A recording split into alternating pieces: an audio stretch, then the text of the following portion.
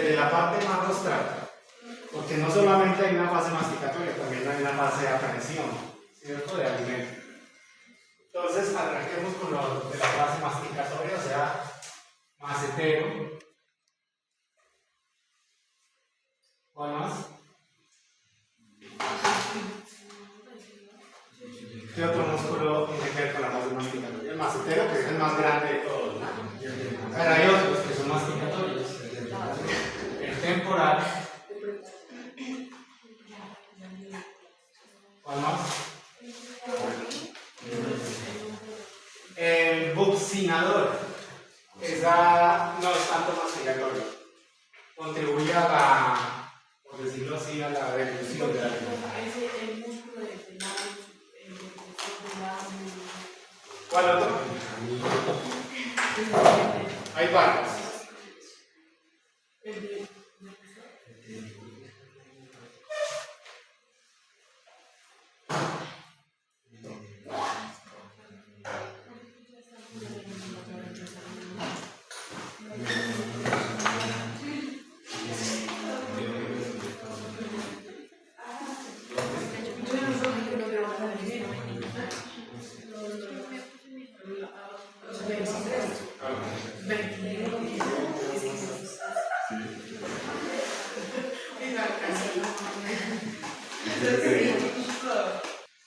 Los músculos masticatorios, los músculos deglutorios, también tenemos músculos de la aprehensión de alimentos.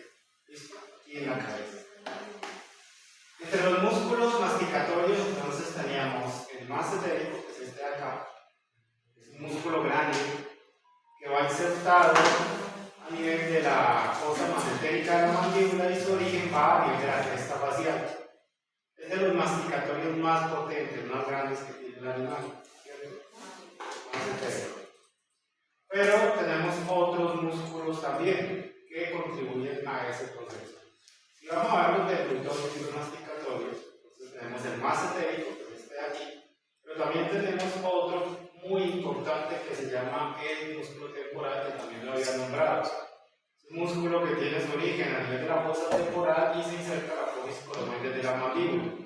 Es otro músculo importante, o sea, son los músculos que se encargan de cerrar la mandíbula. Y tenemos otros por acá que miren que si yo levanto el massetérico, este es el massetérico, y lo levanto, me queda la mandíbula, ¿cierto? La mandíbula y su ángulo tiene la fosa massetérica, y si yo quito la mandíbula me queda el músculo pterigoideo medio, que es este de acá. El músculo pterigoideo medio, ¿sí? Tiene su origen en la fosa pterigoidea y se inserta en la medial a la mandíbula. La fosa pterigoidea de la mandíbula, o sea, por medial. Estos tres músculos son encargados de el cierre de la mandíbula, de la fuerza para el cierre. Pero no solamente la mandíbula se mueve de forma, de esa forma, o sea, estamos hablando del cierre de la mandíbula, sino también estamos hablando que hay unos músculos de lateralidad, de movimiento de lateralidad, que pertenecen a este que es el pterigoideo lateral. Es el que le da el movimiento de lateralidad a esa mandíbula. ¿Listo? Entonces tenemos un movimiento de cierre, el massetérico, el temporal, el pterigoideo medio, pero el pterigoideo lateral le da ese movimiento de lateralidad. Y es por ellos que el animal puede masticar. Posteriormente, entonces, tenemos ya otros músculos que son de la aprehensión, prácticamente, los músculos de la aprehensión. Y esos músculos de la aprehensión los encontramos más craneales, ¿cierto? Entonces, si colocamos los músculos faciales, esos son los de la aprehensión de aliento. Recuerden que, cuando vemos esta diapositiva de acá, vamos a ver que las fases de la digestión tienen una fase cefálica, una fase oral, que es la que estamos viendo que se divide a su vez en masticatoria, deglutoria, de aprehensión, una fase fermentativa que ocurre ya a nivel de intestino. Esto lo vamos a ver ya después en el otro tema, cuando veamos tracto gastrointestinal, al igual que la enzimática, pero por ahora nos interesan estas tres primeras. ¿Listo? La cefálica cefálica, la oral y la cefálica y la oral. Ya de aquí para abajo no, por ahora no nos interesa. ¿Cómo era que se dividía la oral? La oral en fase oral se divide en aprehensión de alimento, deglución, masticación de alimento. ¿Listo? Aprehensión, deglución y masticación. La fase oral. Estamos en la fase oral. ¿Listo? Entonces habíamos visto que habíamos arrancado con la parte masticativa masticatoria de la fase oral, ¿cierto? Ya vimos los músculos que intervienen en esta fase, pero vamos a ver también los de la fase de aprehensión de alimento. ¿Qué es la aprehensión de alimento? La selección. ¿Y quién mueve los labios para que haya selección de alimento? Pues estos músculos faciales.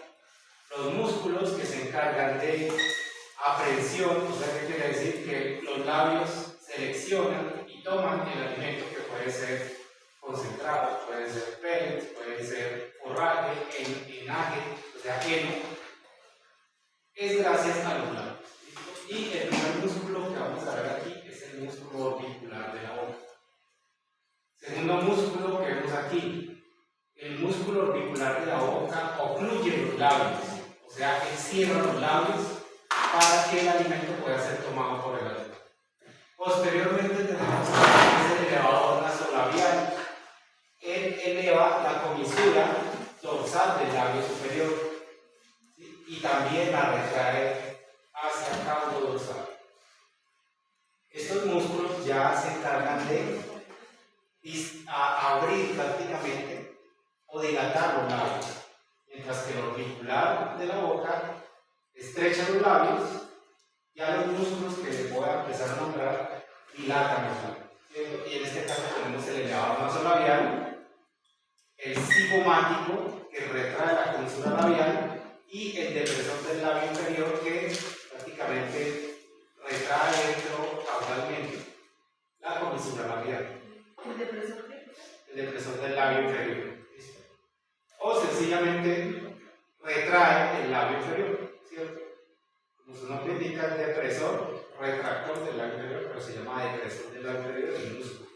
El depresor del labio inferior. ¿Listo? Ahí está el nombre. Estos son los músculos más importantes de la cara de la aprehensión, o sea, que permiten que los labios tomen el alimento. ¿Listo? El alimento entonces es tomado por los labios.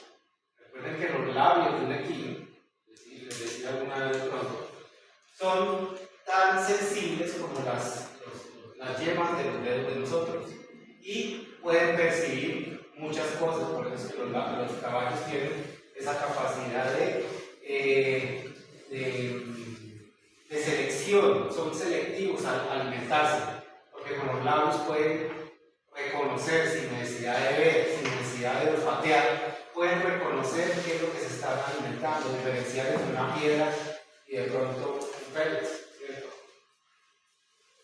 Entonces, ¿qué pasa con los labios del caballo? Los labios del caballo son muy inervados. Diferentes tipos de inervación que encontramos aquí, muy similar a lo de los dedos de nosotros, de la piel, terminaciones nerviosas como Pacini, Ruffini, ¿sí? Tenemos terminaciones nerviosas de Merkel, ¿sí? Fibras polinodales tipo alfa, delta y tipo C, ¿sí? Receptores de presión. Todos estos receptores nerviosos se encuentran en los labios. Recuerden que cuando hablamos de Ruffini, son receptores de temperatura, o sea, pueden diferenciar temperatura también del alimento. ¿Sí? Pacini son receptores profundos de presión, ¿cierto? Entonces pueden de presión, o sea, ellos de presión, no de presión. No, de sentir presión. De presión, exactamente. ¿Listo? Las fibras polinodales alfa, delta y tipo C son fibras que inclusive de dolor rápido, alfa, delta, dolor lento tipo C, o sea, también perciben dolor. ¿Listo? ¿Cuál es otro que había hecho? Merkel, ¿cierto? Son prácticamente receptores de presión superficial y tacto suave, o sea, se encuentran en la superficie. ¿Sí? Todos estos receptores nerviosos permiten a los labios ser muy selectivos y además con esos músculos de la cara o de la expresión facial pueden inclusive seleccionar a tal punto que les voy a poner un ejemplo.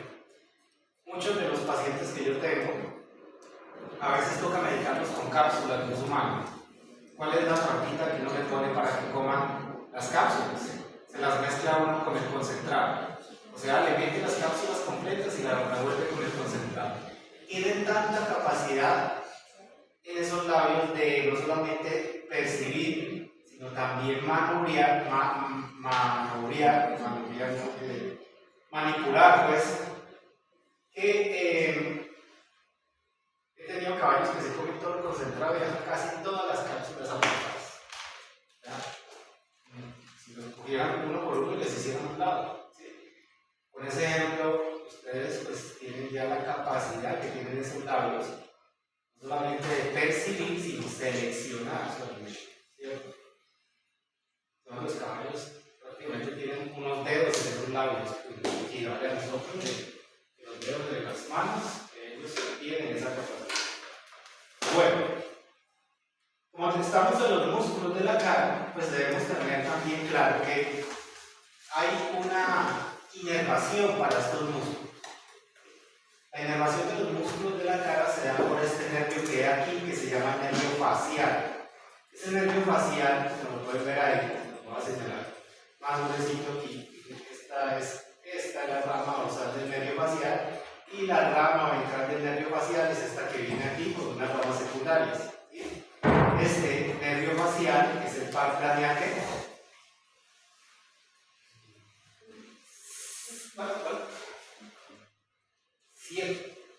Par craneal 7. Es un nervio que es mixto, tiene inervación motora, pero también tiene inervación autónoma. ¿Sí? Y es un nervio que envía ramas nerviosas motoras a los nervios de los músculos de la cara, a todos los músculos de la cara que acabamos de ver. ¿Listo? Acuérdense, entonces, inervación de los músculos de la cara, el nervio facial. ¿Cómo es que se divide la rama? Nervio facial, una rama dorsal, que es esta, y una rama ventral, que es esta. Son las ramas del nervio facial. Par craneal 7, mixto con inervación motora, pero también autónoma. Las parálisis del facial, ahora una clínica, dos clínicas. Las parálisis del facial unilaterales se deben a traumas directos de las ramas del nervio facial. Y lo más común son las famosas hebillas de los cabezales, que cuando ustedes hacen procedimientos quirúrgicos en campo con animales de cúbito lateral, se olvidan quitar el cabezal y esas hebillas pueden originar trauma, incluso permanente, del nervio facial. Porque el nervio facial, como pueden ver, está muy superficial y esas hebillas gruesas de esos cabezales pueden originar lesiones del nervio.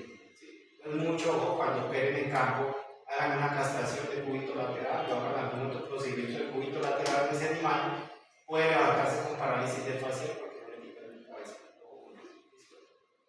Entonces siempre quiten el cabezal en anestesia de cúbito lateral. El nervio facial también puede ser lesionado. Bueno, esto es una de las lesiones más comunes, pero cualquier tipo de lesión, inclusive superficial de esa región, puede afectar el nervio facial. Tenemos también que hay parálisis del facial de origen central, ¿cierto? Y estas parálisis del facial de origen central se deben más que todo a lesiones a nivel de la médula oblongada o mielencéfalo, ¿cierto? Recuerden que la médula oblongada o mielencéfalo es el centro o punto del origen de pares craneales desde el sexto al 12º par craneal. ¿Listo? Y si tenemos lesiones de la médula oblongada, podemos originar una parálisis del facial de tipo bilateral. Las parálisis del facial se evidencian ¿cómo? ¿Cómo evidenciarían ustedes una parálisis del facial? unilateral.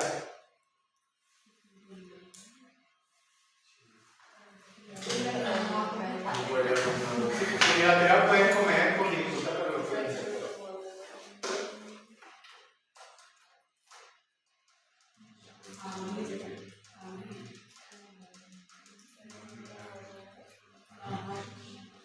No sé si el coger se dice aprehensión.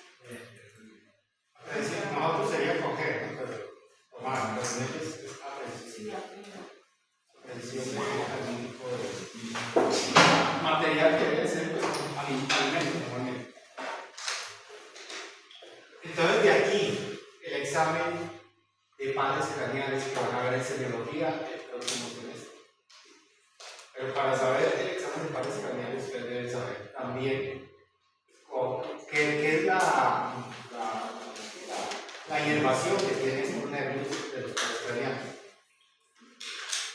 Entonces, recuerden que cuando la parálisis de facial es unilateral, van a encontrar labio, la mitad de los labios caídos y uno ya ocluido, no dilatado, no debe ser sino ocluido. Entonces prácticamente se caen los labios, hay caída de los labios, de la mitad de los labios, tanto superior como inferior, y oclusión de uno ya, o sea, más cerrado, ¿cierto? Esto fue origen inclusive de esa vibración de ese órgano. Y es porque es unilateral. Y las parálisis bilaterales ocurren lo mismo, pero en ambos lados de la región de la cara. Cuando el labio inferior cae, puede haber salivación, ¿sí? Inclusive excesiva, porque el caballo no puede retener la saliva en la pared bucal.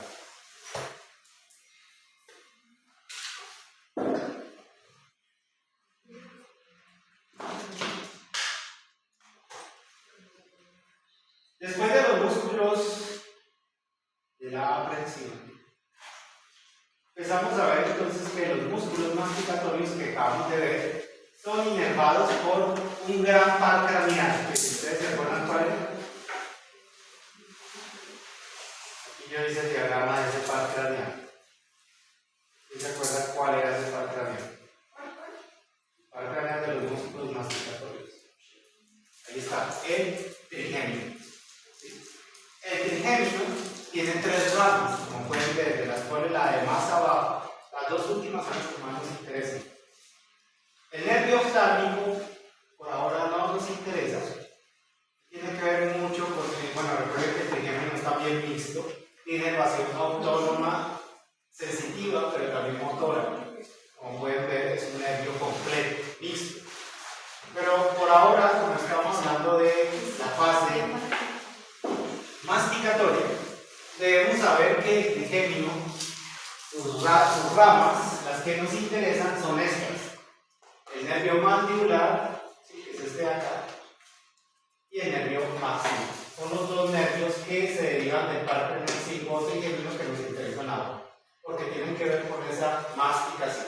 ¿Listo? Tenemos entonces una serie de nervios que salen pequeñitos del mandibular. Esto es lo que conocemos como el nervio masticatorio. De él salen dos ramas, la rama masentérica y la temporal.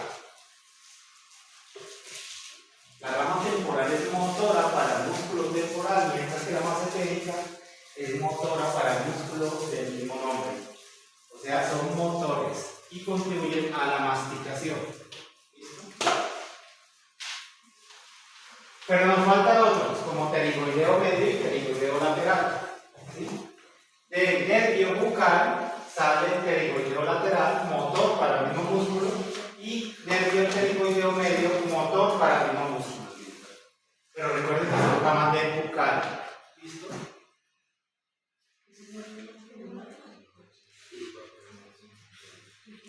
Gracias a estos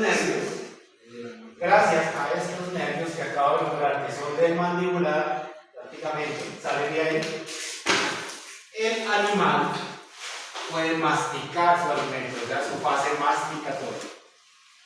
Entonces ya tenemos la fase de aprehensión y la fase masticatoria.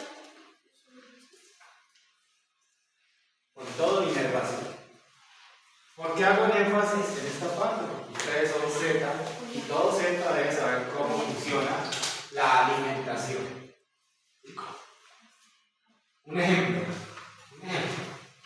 Ustedes ven que su animal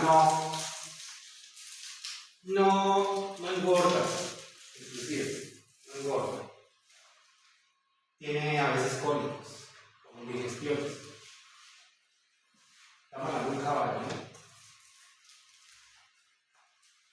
Cae más demasiado y encuentran atrofia del músculo masentérico del lado.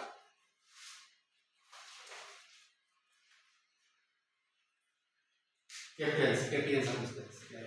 ¿Qué estará pasando?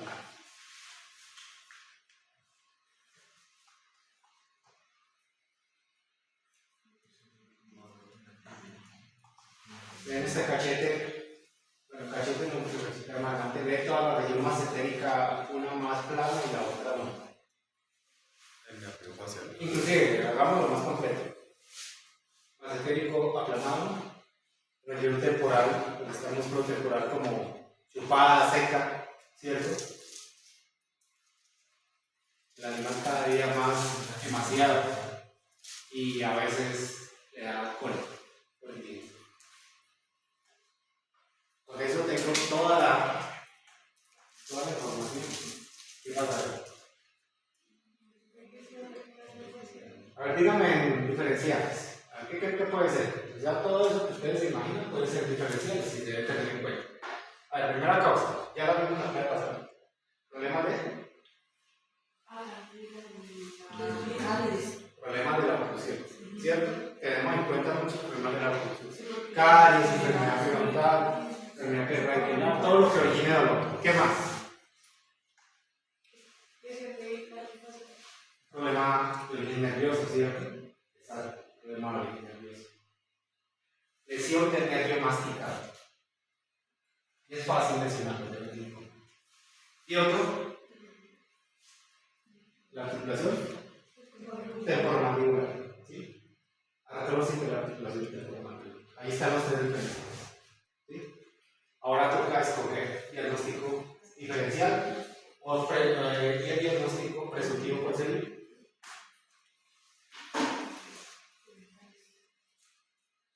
La atrofia muscular, siempre que vean atrofia muscular, está relacionado con una disfunción del músculo, ¿cierto? Cuando usted deja de usar el músculo se atrofia. Y muchas de las causas de atrofia muscular es atrofia muscular aguda. Hay dos tipos de atrofia muscular. Una que es crónica a largo plazo y otra que es aguda. ¿Qué quiere decir? Que hay una atrofia muscular que se origina inclusive las primeras 2 semanas, ya está el músculo atrofiado.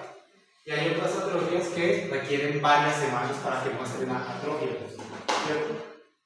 La primera es origen nervioso, la segunda es por dolor o inclusive por alteración de la irrigación del músculo.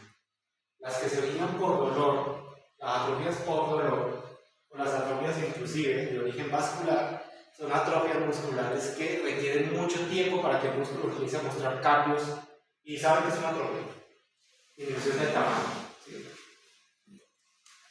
Porque las células empiezan también a disminuir por defecto, ¿cierto? Una atrofia muscular. Pero las atrofias de origen nervioso se dan rápidamente, en cuestión de 2 semanas ya el músculo está chupado. ¿Sí? Ahí es cuando se aguda. ¿Cuándo ve? Esa es la aguda, exactamente. Entonces, decimos que este animalito tenemos que presentó eso en cuestión de 2 semanas empezaron el músculo a mostrar eso. ¿Cuál es?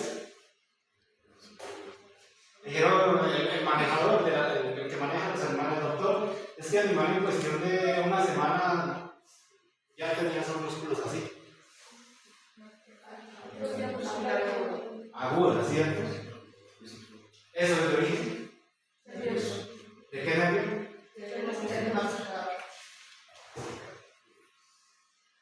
Y efectivamente usted le sigue sacando información al manejador y es que doctor, él se agarró con otro caballo y creo que le cayó una patada en la cara. Confío. Porque este nervio pasa en la escotadura mandibular. La escotadura mandibular queda expuesta a ruedas. ¿Sí? Anatomía para diagnosticar. ¿Listo? Siempre que recuerden el diagnóstico, recuerden el doctor House. ¿Recuerdan el doctor House?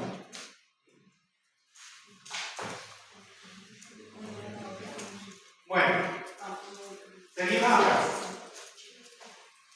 Pero también tenemos los músculos deglutorios, ¿cierto? Los que pasan el alimento. Y entre estos sí tenemos varios. El primer músculo que les voy a mostrar acá, que inclusive está en la guía de biología, deglutorios. Primero fueron los masticatorios, luego los de la prensión y por último los de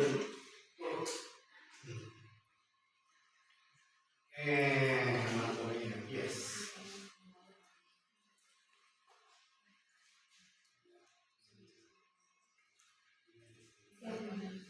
Este es lo que tú sacas, no te acuerdas.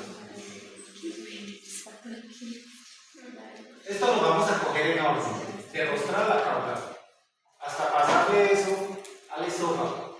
Esto es muy importante.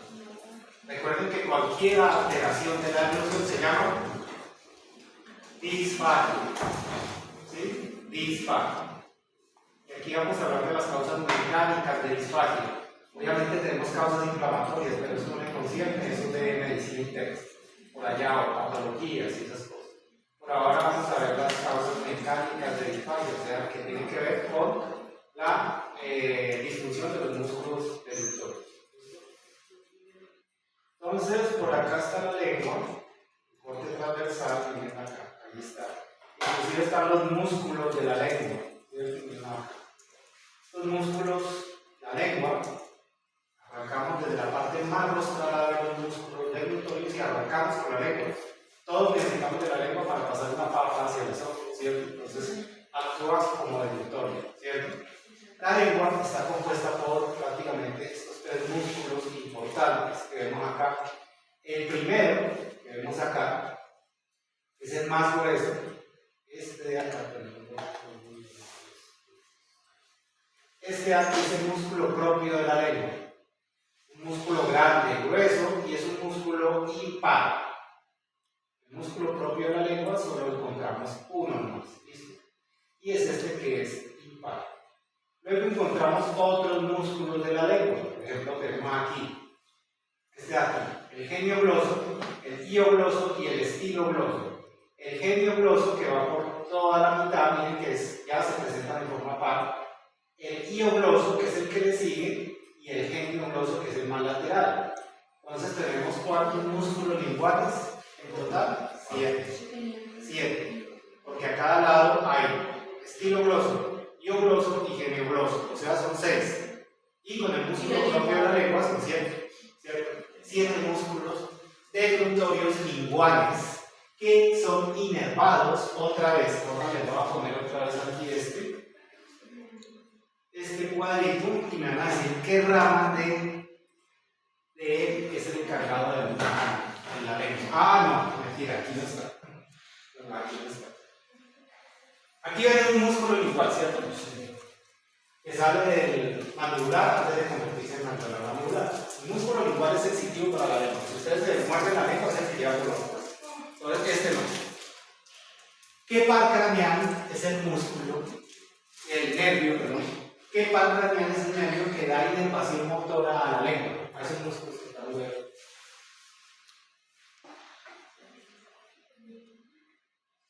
El par craneal de 0 a 12. El hipogloso. Muy bien. El hipogloso, el último par craneal, el 12. ¿Sí? Es el nervio que se encarga de la inervación motora a esos músculos linguales. Hipogloso, par craneal 12. ¿Dónde nace el hipogloso? Muy bien, en la médula oblongada, ahí nace el hipogloso. Perfecto.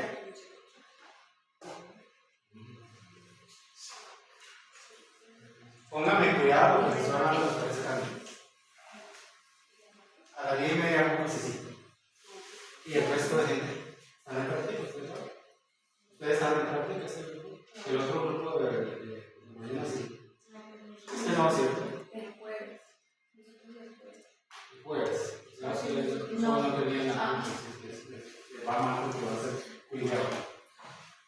Entonces, digamos,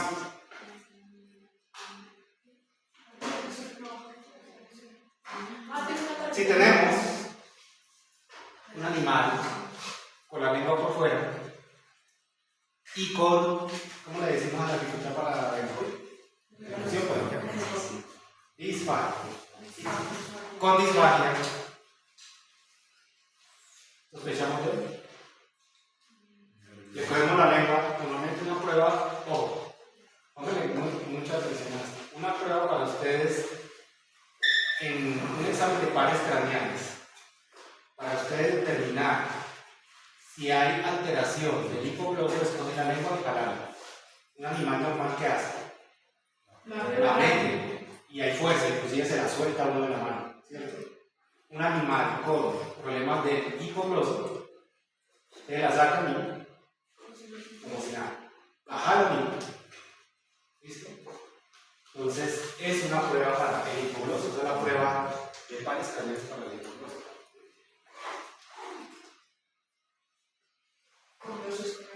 Sí. Así, por información, ¿qué puede originar disfunción del hipogloso? Lo mismo que origina disfunción de la médula oblongada, ¿cierto? ¿Qué enfermedad normalmente puede originar ahí? De origen infecciosos, bueno, les voy a decir una origen infecciosa. Podemos tener la mieloencefalitis protozooide, ¿sí? Una enfermedad que puede originar disfunción de la médula oblongada y eso puede ser, ¿sí? Por sarcocistis neurona, específicamente es el parásito que agarra esta parte del cerebro. Pero también podemos tener de origen traumático.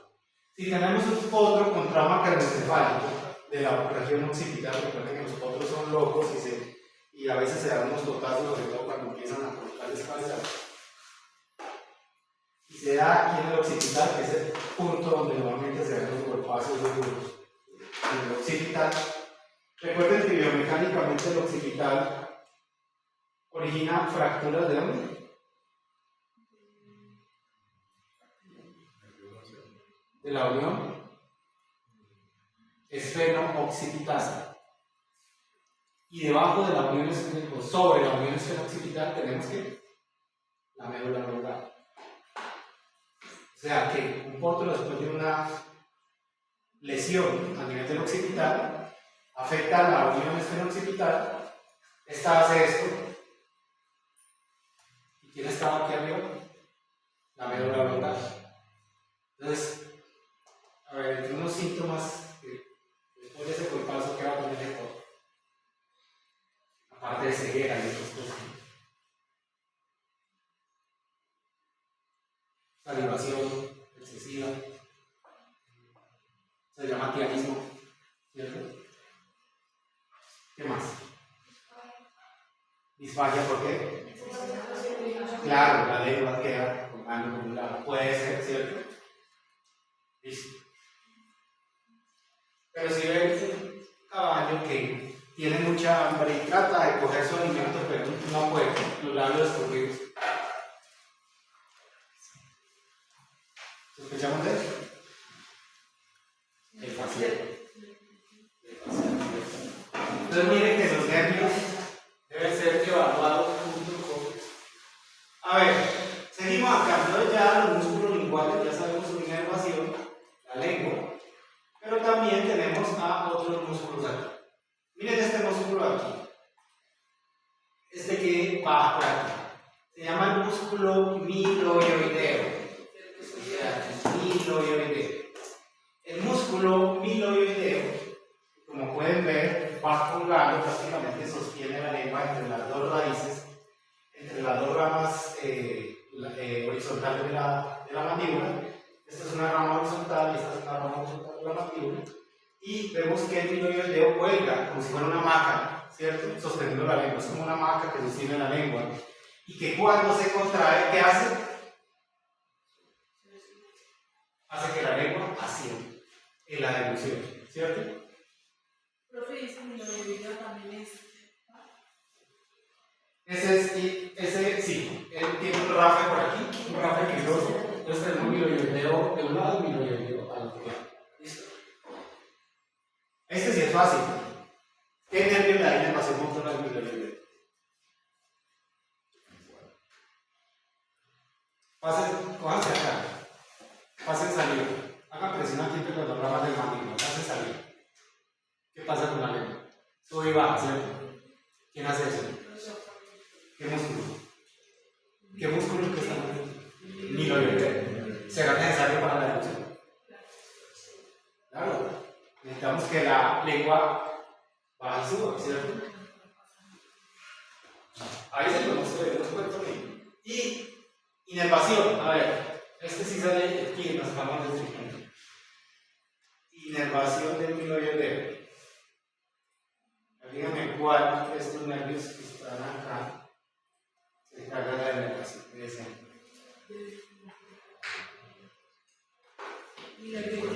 El nervio miloideo.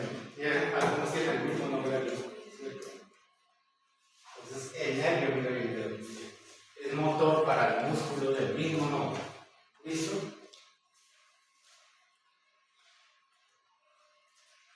La lengua no solamente se mueve hacia arriba y hacia abajo, y a los lados, también ¿qué hace? Se mueve hacia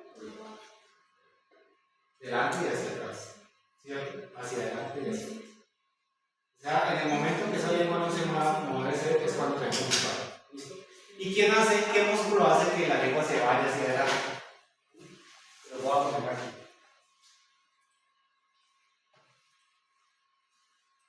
Se lo voy a mostrar acá y usted lo.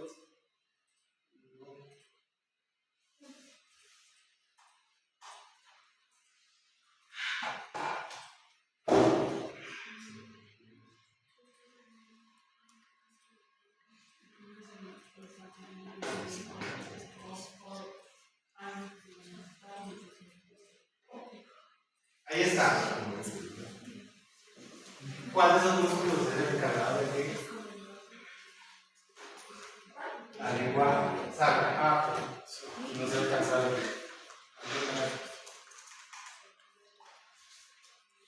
Ahí está. ¿Cuál de esos músculos? Es el que se encarga de enviar la lengua cranealmente.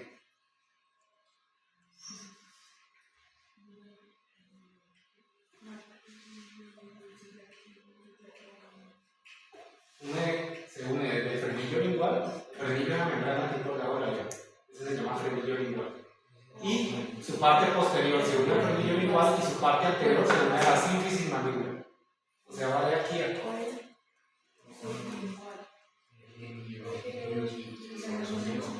Genioideo es el músculo que se encarga de enviar la lengua cranealmente, sacar la lengua. Cuando ustedes sacan la lengua, en esas fotos, todas las veces que se hacen, este es el que está moviendo, este es el que está moviendo. ¿Listo? No sé, pero muchas veces, la gran mayoría creo que utilizan así. Algo desagradable, pero pues es la moda. Desagradable, pero no.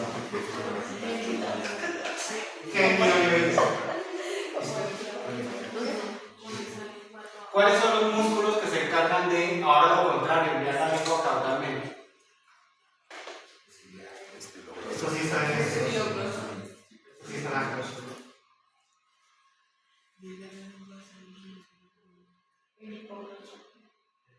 Este de acá, ¿cómo se llama?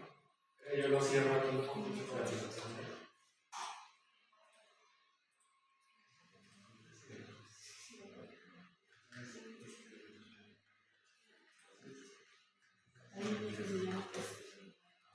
Este, ¿cómo se llama?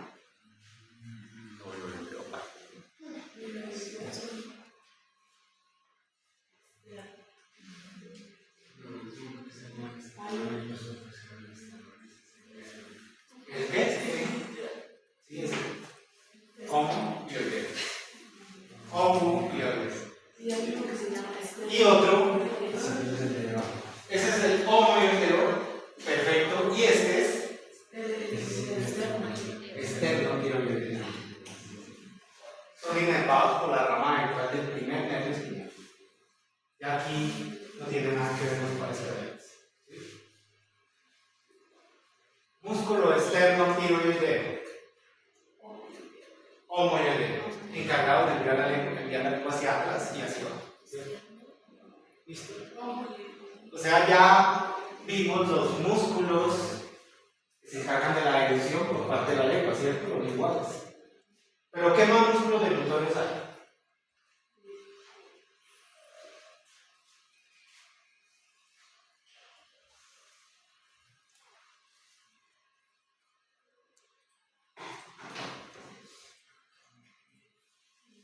Este músculo que hay aquí, ¿cómo se llama este músculo que hay aquí? Buccinador. Buccinador, muy bien. El músculo buccinador, ese que estoy señalando ahí, que está aquí colocado. Buccinador. El músculo buccinador es inervado por el nervio facial. Y junto con la lengua son los músculos deglutorios más rostrales.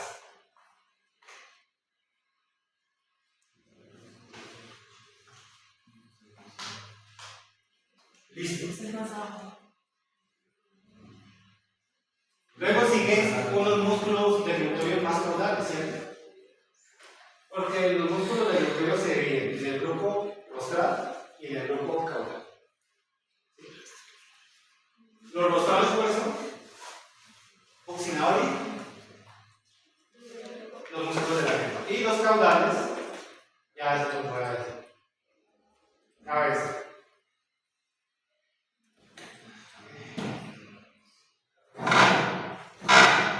Entonces, si yo quito todos estos músculos, ya vimos cómo se hace la disección.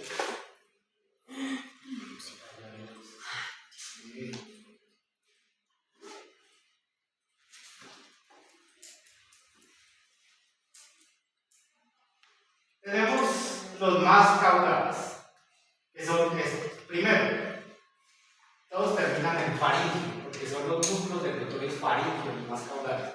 Pterigofaringio. Miren que la papita se va yendo de rostral a caudal, gracias a que estos músculos se contraen en la faringe ordenadamente. Cuando la papa, la lengua la pasa para acá, a esta parte de la faringe, ¿quién es el que lo manda para atrás? El pterigofaringio. Pero también hay otro que se llama palatofaringio, es el que está debajo, este pequeñito. Pterigofaringio, palatofaringio. Palatofaringio. ¿Listo?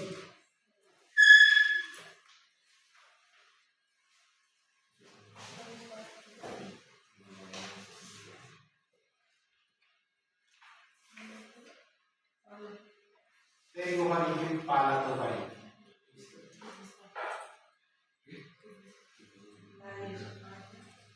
Los tengo mejor. Miren lo bonitos que están aquí. 6 es. No, ¿cómo vamos a hacer eso? Aquí. Aquí están todos. Aquí están todos. Lo voy a pintar con colores. Este rojito es pterigo, con P primero, ¿no? Pterigofaringio. Es todo este de aquí. Luego le sigue el palatofaringio, que es este pequeñito que hay por debajo. ¿Listo? Ese de ahí. Luego sigue otro que se une al dioides, ¿cierto?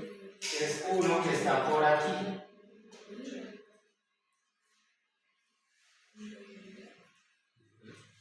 Iofaringio.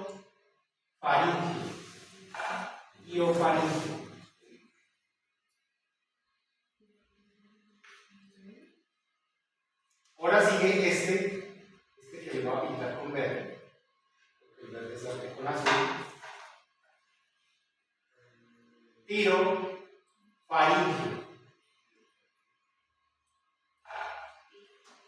Tirofaringio. Y por último, este pues lo voy a pintar con amarillo. Cricofaringio.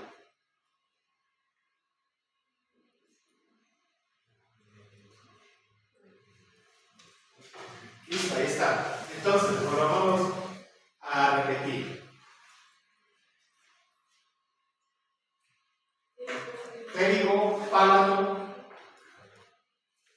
Yo, tiro, crico, todos terminan en faringe. ¿Listo? Otra vez.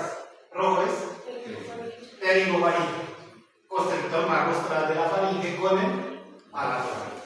Aquí llega la papita y después se la pasa aquí al tirofaringeo. Y el tirofaringeo se contrae y la papita se la pasa al tirofaringeo. Y por último, cricofaringeo, que se la pasa aquí al esófago. Esos músculos se contraen de forma ordenada, de rostral hacia caudal. ¿Listo? Pero ellos son constrictores de la faringe, ¿cierto? Pero debe haber un dilatador de la faringe. ¿Cuál será? Está por aquí, debajo del estiloioides. Se llama el estilo faringe. Está en esta imagen de la primera. Estilo faringe.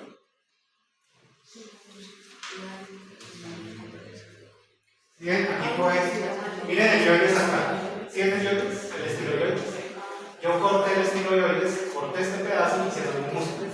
El estilo faringeo dilatador de la faringe. ¿Cuál era el proceso? El 3. El 11. Muy bien. Este que está medio semana. Muy bien. El tiro. ¿Y este? Crico. ¿Listo? Constrictor de la faringe. Y dilatador de la faringe es el estilo faringeo. A ver, ¿qué par craneal me da inervación a esos músculos?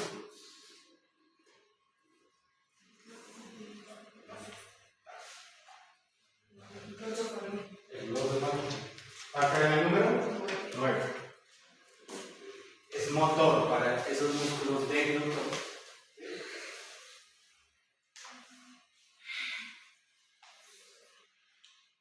Entonces, si ven un animal comer donde la atención es la adecuada, donde la masticación es la adecuada, pero de un momento a otro arranca el tos y bota la comida, ¿qué está pasando? Es porque como los músculos del glúteo no funcionan, entonces ¿cuál es la otra vía del esófago? Hay dos vías acá, dos tubos aquí, uno tras de otro. Si por aquí no puede pasar por el esófago, entonces no le queda pena pasar por vía respiratoria. Se llama broncoaspiración. Cuando la comida se pierde ahí por la tracción. ¿Sí? O sea que si broncoaspiran y los animales se atacan, entonces si botan el alimento, ustedes sospechan. Primero, de nervio. Los ovarios. Algo está pasando en los ovarios. ¿Por qué no está pasando? O puede ser también cuerpo extraño. La nariz, cuerpo extraño en la cabeza. Una obstrucción esofágica que inclusive puede originar algo parecido. De eso se trata la clínica, empezar a colocar diagnósticos presuntivos o diferenciales y después diferenciales y después uno presuntivo. ¿Listo? Bueno.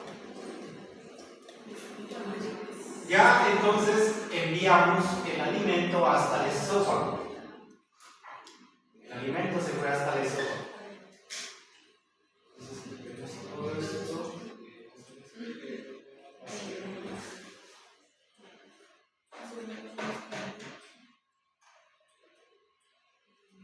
Entonces lo logramos mandar hasta el esófago por medio de esos músculos. ¿Cuáles son? Grupos de músculos. Masticatorios, deglutorios y terápicos.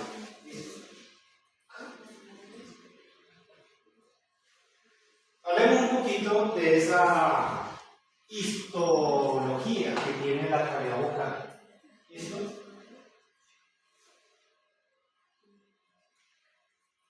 La cavidad vocal está recubierta por un epitelio plano pluriestratificado. ¿Sí? Ustedes vieron enseñar en histología. Epitelio plano pluriestratificado. Pero la importancia de este epitelio es que contiene no solamente una serie de papilas mecánicas, sino también gustativas, ¿cierto? ¿De acuerdo? Pero las mecánicas se pueden encontrar en muchas partes de la cavidad bucal.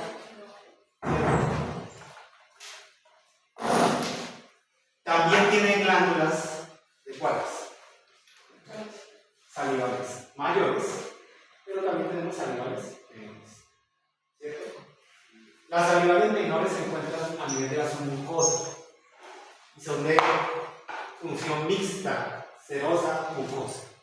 ¿Listo? Estas se encuentran tapiz debajo de la submucosa de toda la mucosa de la cavidad bucal. Se llaman menores, ¿cierto? Pero también tenemos glándulas salivales mayores, que son estas. ¿Cómo se llama esta grande? Aquí este programa está al revés. La más grande aquí sería la parótida. Esta mandibular, y una que queda por aquí, la sublingual. Son las glándulas salivales mayores. Mientras que las menores se encuentran a nivel de la submucosa de toda la cavidad bucal y son de secreciones. Recuerden que la parótida tiene una importancia grande. La parótida, que aparte de liberar esa secreción muco serosa, ¿cierto? También libera bicarbonato. Mandibular, parótida la grande, la otra es mandibular y sublingual, la más chiquita que se encuentra por aquí entre las dos ramas de la mandíbula, debajo de la lengua. Es que no tengo el diagrama, pero si vemos esto acá, aquí sí está la sublingual.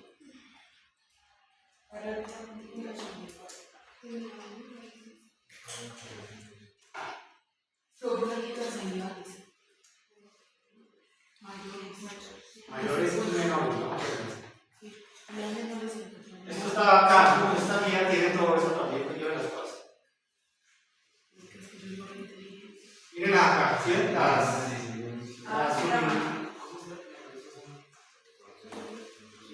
mandibulares, aquí está, así las tengo. Miren, aquí hay una.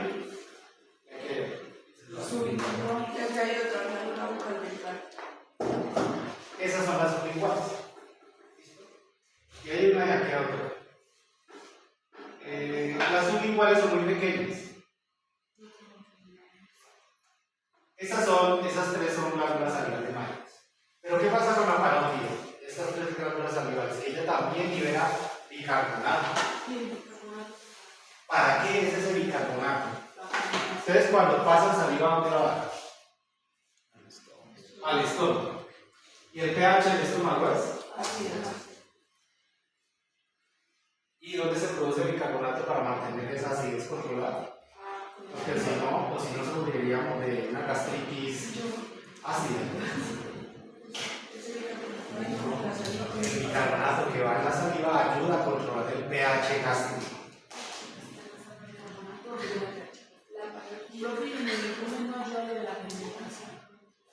Pues en mañana hablamos que también tiene amilasas, ¿sí?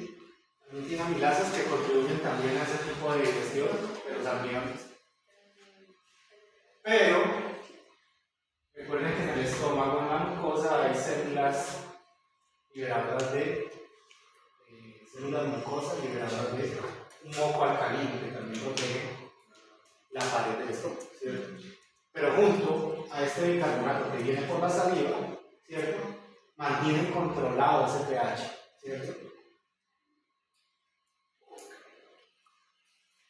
¿Será que si se obstruyen las glándulas salivales mayores, sobre todo la parótida, tenemos acidez en un animal? Claro, porque no le está llegando el bicarbonato.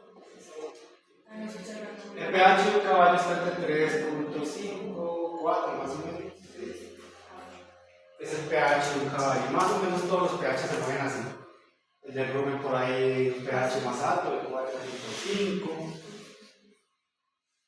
Carnívoros alrededor también de 3, 3.5. El pH del estómago normalmente entre esos niveles ácidos.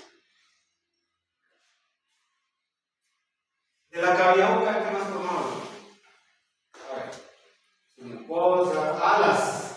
¿Se acuerdan entonces de las papilas gustativas y papilas mecánicas? Dígame las mecánicas, ¿cuáles son? Son 4. Recordéis de la anatomía. Papilas cónicas, ¿quién las tiene? El bovino, el lineante, sí, muy bien. Los tiene en la lengua, pero sobre todo hay una base en la parte de abajo y hacia los carrillos, ¿no? ¿Qué? El caballo no tiene cónicas, ni el perro. Hasta las cónicas.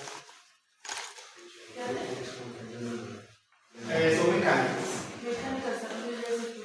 ¿Qué otro tipo de papilas mecánicas tenemos? Sí, eso es lo que yo iba a decir. Las marginales. ¿De acuerdo? Solo de animales lactantes. ¿Ustedes tienen cachorros? ¿Han tenido cachorros en su casa, recién nacidos? ¿Y los han despegado del pezón de la perrita? ¿Sí lo han despegado? Que suena como si estuvieran pegados. Ese sonido, las marginales.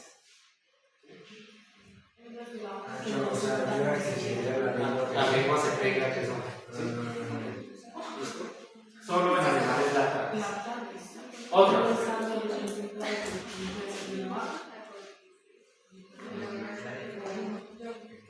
Piriformes. Tapizan gran parte de la superficie mucosa de la lengua. Piriformes. Gran parte de la superficie de la lengua son piriformes. ¿Y cuál otra? O sea que también se encuentra todos. También en mecánica. Y tenemos las gustativas. ¿Cuáles son? Son 3 básicamente. Las fungiformes, las circunvaladas y las foliáceas. Las fungiformes se encuentran a los lados de la lengua, en el cuerpo, las circunvaladas en la base y las foliadas a los lados de la base de la lengua.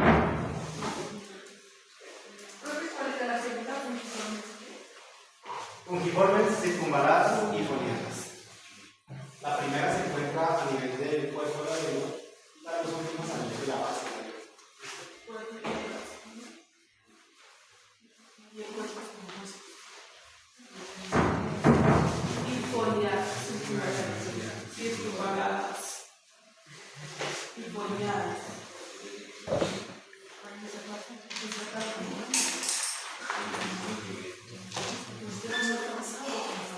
Ahí está la diferencia entre la lengua de, bueno, ahí están inclusive algunas de las glándulas, ¿no? Las circunvaladas. Las circunvaladas del equino son un par, mientras que en el rumiante son más de 2. ¿Cierto? Las papilas cónicas. Las cónicas son de tipo mecánico. ¿Y qué quiere decir de tipo mecánico? Que ayudan a la evolución carótica. Ayudan. O sea, hacen que el alimento vaya. ¿Y por qué los rumiantes tienen.? Bueno, ¿y por qué estamos hablando de las cónicas? ¿Y por qué solo salen los rumiantes?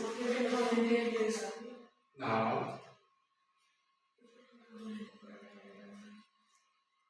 Cuando un animal rumia, devuelve el contenido del rumen con presión, viene con mucha presión hacia la cavidad bucal. Si esas papilas no existieran y no existieran mirándose, ¿qué pasaría con ese contenido que usted sabía? Entonces ya no sería rubia sino vómito.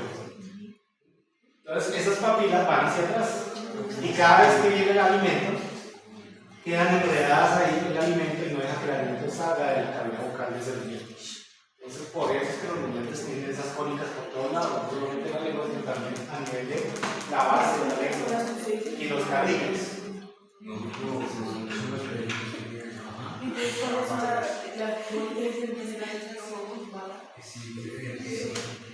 ¿Las circunvaladas? Las circunvaladas son las que son como una bola grande y otra bolita pequeña en el centro. Las circunvaladas en estas de acá.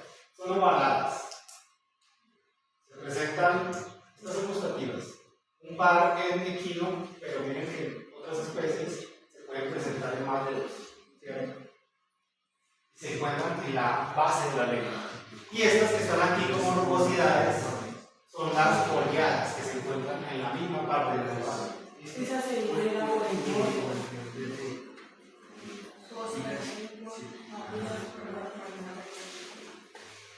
¿Listo hasta ahí? ¿La lengua? Listo. Hay unas estructuras que quedan en el paladar duro que también contribuyen a la deglución. Contribuyen. O sea, ayudan a la deglución. ¿Cuál? ¿Cómo se llaman?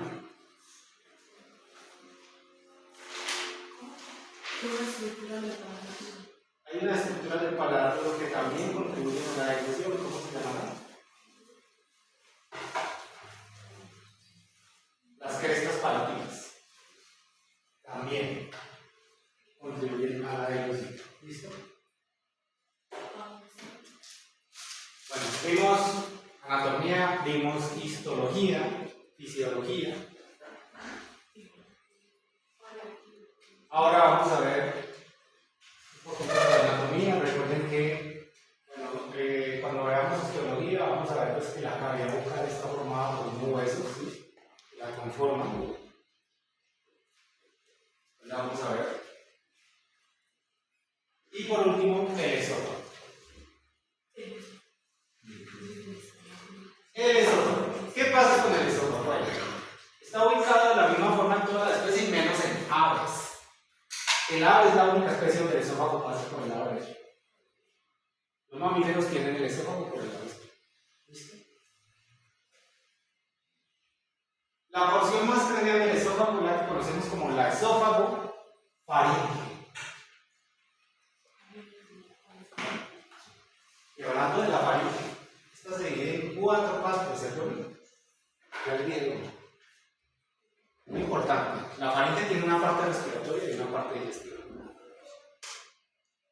Nasofaringe es ¿qué parte? ¿Respiratoria o? Respiratoria. Y tenemos otra parte digestiva, o sea, por donde pasan los alimentos. Tenemos orofaringe, laringofaringe y esófago faringe. Y esófago faringe.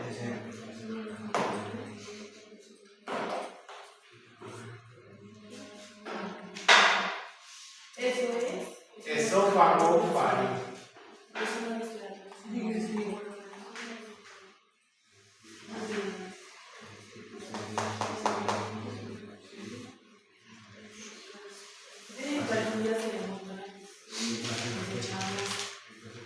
Polvo,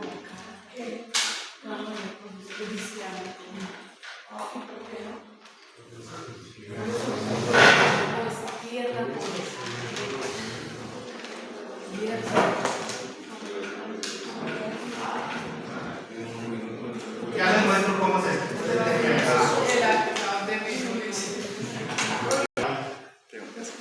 voy a señalar todo lo que es la faringe y después lo divido. Todo esto es miren el paladar blando, ¿sí? Este es el paladar blando y esto es pues la polis palatina del maxilar, que está con el número 7, que es el paladar duro, ¿cierto? Miren las crestas palatinas ahí que les decía. Estas son 24 crestas palatinas. Entonces vamos a coger toda esta cavidad desde acá hasta acá, casi a la entrada de la laringe, y hasta aquí donde entra el estómago. ¿Listo? Así. Toda esta cavidad que estoy señalando acá, todo este espacio que estoy señalando con blanco, se llama faringe.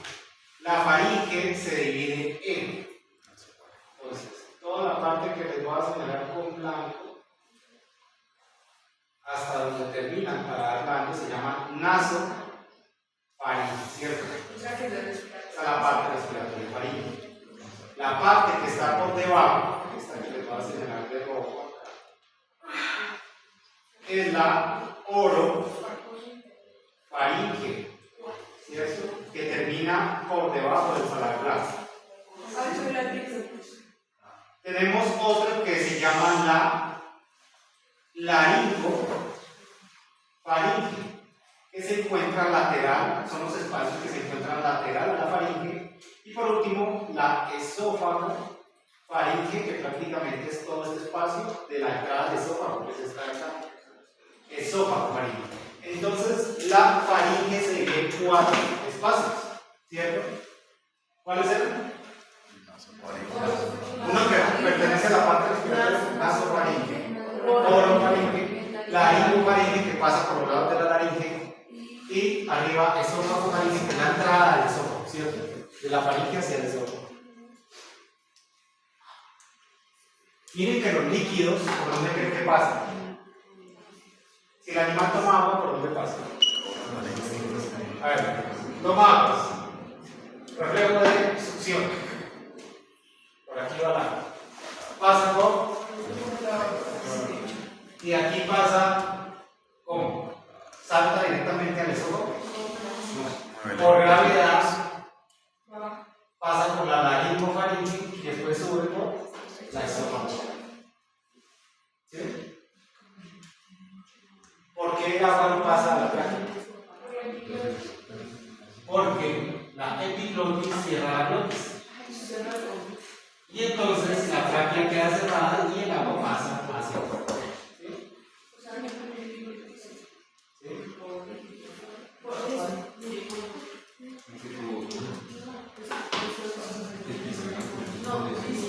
Y si es un pedazo de alimento, orofaringe, y ahí se pasa directamente al esófago.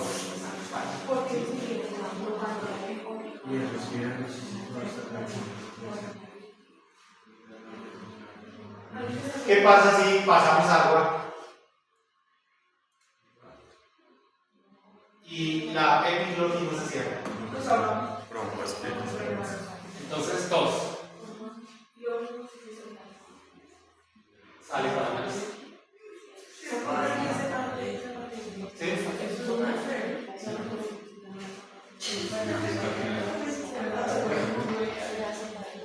Y es porque en la laringe, acá, porque la laringe también tiene unos espacios que vamos a ver después, en la laringe,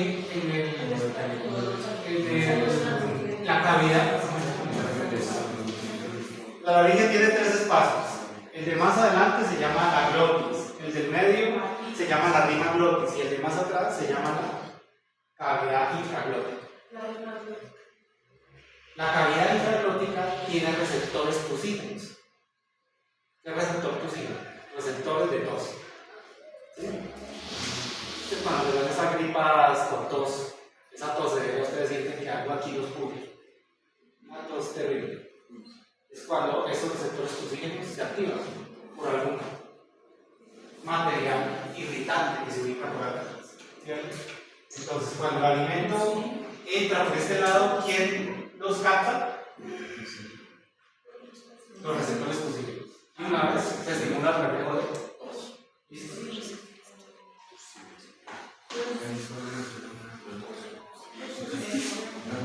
Bueno, el esófago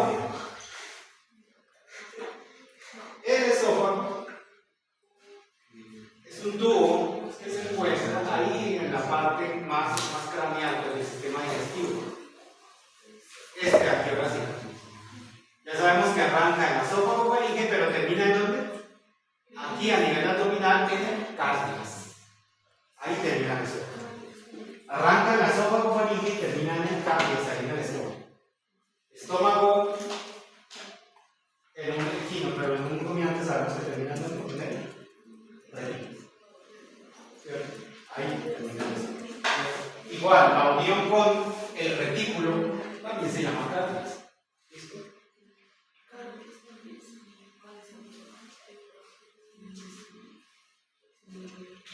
El esófago tiene el mismo epitelio de la cavidad bucal, es un epitelio plano, todo está tipificado, inclusive prácticamente se conserva ya en la parte glandular del estómago en caballos, ¿cierto?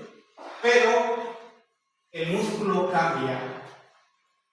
En la porción media del esófago cervical, el músculo, que era un músculo estriado, cambia a ser un músculo liso.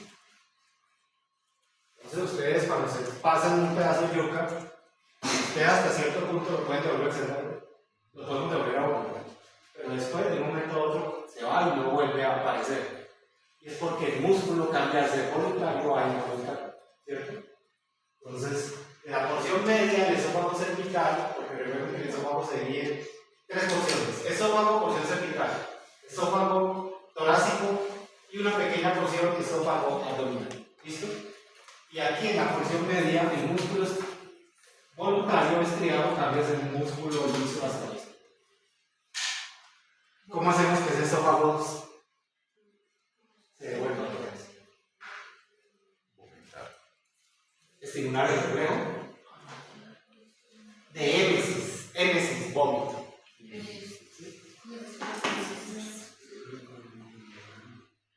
Émesis es vómito. ¿Cómo estimulamos la émesis en un paciente o en un animal?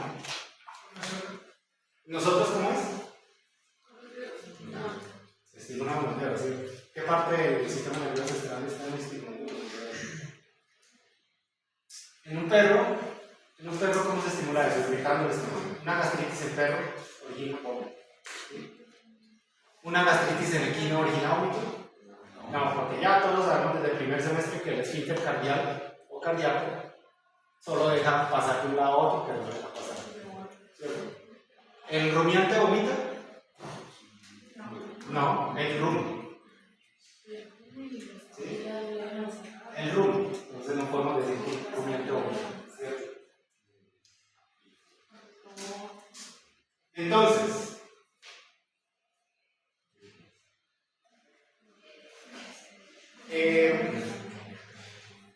la médula oblongada también tiene receptores de vómito. ¿Sí? Cuando nosotros pasamos el dedo, cuando hay irritación gástrica en esos mamíferos carnívoros, es la única forma de que este músculo liso se devuelva. Pero recuerden que es un músculo liso involuntario. ¿Listo?